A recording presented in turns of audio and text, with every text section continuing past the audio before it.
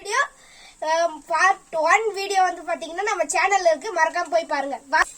இப்போ நம்ம தக்காளி வதக்கியாச்சு. இப்ப பேஸ்ட் போட்டுக்கலாம்.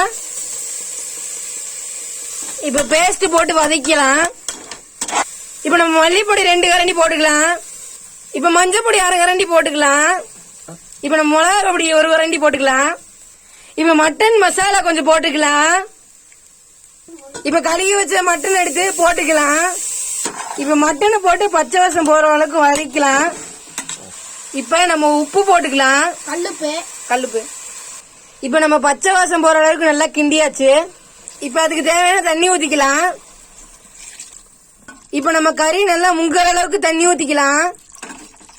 இப்ப குக்கர் மூடிய போட்டு 7-8 விசில் விட்டுக்கலாம். 7 விசில் விட்டுக்கலாம். இப்ப 7 விசில் வந்துருச்சு. இன்னும் கொஞ்சம் தண்ணியா இருக்கு கிரேவி. இன்னும் ஒரு 3 விசில் விட்டுக்கலாம். ஃபைனலா கொத்தமல்லி தலையும் 1/2 எலுமிச்சம்பழத்தை புழிஞ்சுக்கலாம். எல்லாத்தையும் போட்டு 3 விசில் விட்டுக்குங்க. மொத்தமா 10 விசில். இப்ப நம்ம கிரேவி ரெடி ஆயிருச்சு. வாங்க டேஸ்ட் பண்ணி பார்க்கலாம். இப்ப நம்ம டேஸ்ட் பண்ணிக்கலாம். அருமையா இருக்கு கைஸ். இந்த மாதிரி நீங்களும் செஞ்சு சாப்பிட்டு சந்தோஷமா இருங்க. இந்த வீடியோ பிடிச்சிருந்தா லைக் பண்ணுங்க, ஷேர் பண்ணுங்க, மறக்காம சப்ஸ்கிரைப் பண்ணுங்க, கமெண்ட் தட்டி விட்டுருங்க. இதோட ஃபர்ஸ்ட் பார்ட் நம்ம சேனல்ல இருக்கு, அதையும் போய் மறக்காம பாத்துக்குங்க.